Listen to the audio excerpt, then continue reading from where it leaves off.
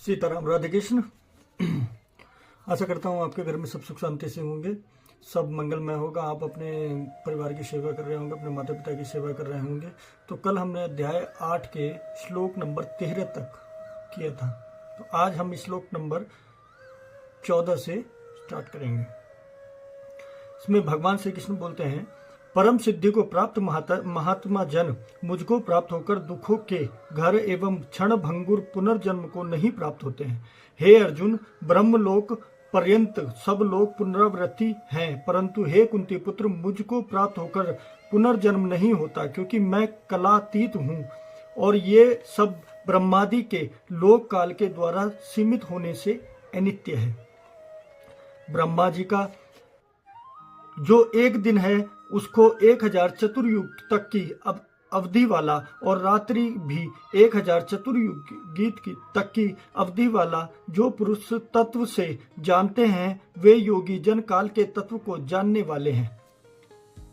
संपूर्ण चराचर भूतगणों ब्रह्मा के दिन के प्रवेश काल में अव्यक्त से अर्थात ब्रह्मा के सूक्ष्म शरीर से उत्पन्न होते हैं, और ब्रह्मा की रात्रि के प्रवेश काल में उस अव्यक्त नामक ब्रह्मा के सूक्ष्म शरीर में ही लीन हो जाते हैं। हे पार्थ, वही यह भूत समुदाय उत्पन्न होकर प्रकृति में वश में हुए रात्रि के प्रवेश काल में लीन होता है और दिन में प्रवेश काल में फिर उत्पन्न होता है। उस अव्यक्त से भी अति परे दूसरा अर्थात विश्लेषण जो सनातन अव्यक्त भाव है, वह परम दिव्य पुरुष सब भूतों के नष्ट होने पर भी नष्ट नहीं होता। जो अव्यक्त अक्षर इस नाम से कहा गया है, उसी अक्षर नामक अव्यक्त भाव को परम गति कहते हैं, तथा जिस सनातन अव्यक्त भाव को प्राप्त होकर मनुष्य वापस नहीं आते, वह मेरा परम धाम है। हे पार्थ, जिस परमात्मा के अंतर्गत सर्वभूत है, जिस सच्चिदानंदन परमात्मा से यह समस्त जगत पूर्ण परिपूर्ण है, वह सनातन अव्यक्त परम पुरुष तो अन्य भक्ति से ही प्राप्त होने योग्य है। हे अर्जुन, जिस काल में शरीर त्याग कर गए हुए योगी जन तो वापस न लौटने वाली गति को, और जिस काल में गए हुए वापस लौटने वाली गति को ही प्राप्त होते हैं, उस काल को अर्थात दोनों मार्गों को कहूंगा।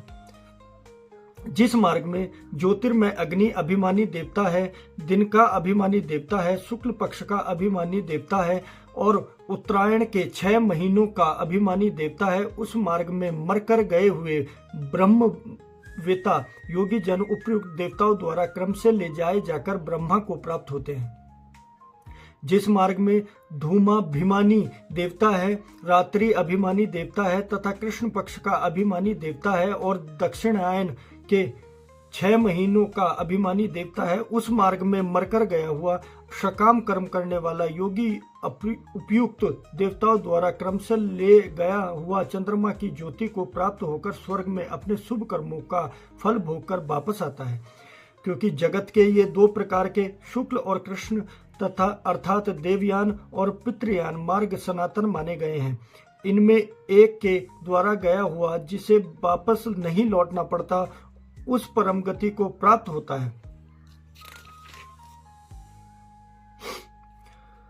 और दूसरे के द्वारा गया हुआ फिर वापस आता है, अर्थात जन्म मृत्यु को प्राप्त होता है। हे पार्थ, इस प्रकार इन दोनों मार्गों को तत्व से जानकर कोई भी योगी मोहित नहीं होता। इस कारण हे अर्जुन, तू सब काल में समबुद्धि रूप योग से युक्त हो, अर्थात निरंतर मेरी प्राप्ति के लिए साधन करने वाला हो। योगी पुरुष इस रहस्य को तत्व से जानकर वेदों के पढ़ने में तथा यज्ञ तप और दानादि के करने में जो पुण्य फल कहा है, उन सबको निसंदेह उल्लंघन कर जाता है और सनातन परम पद को प्राप्त होता है। 8वां अध्याय यहीं पर समाप्त होता है। तो आपसे कल मुलाकात होगी।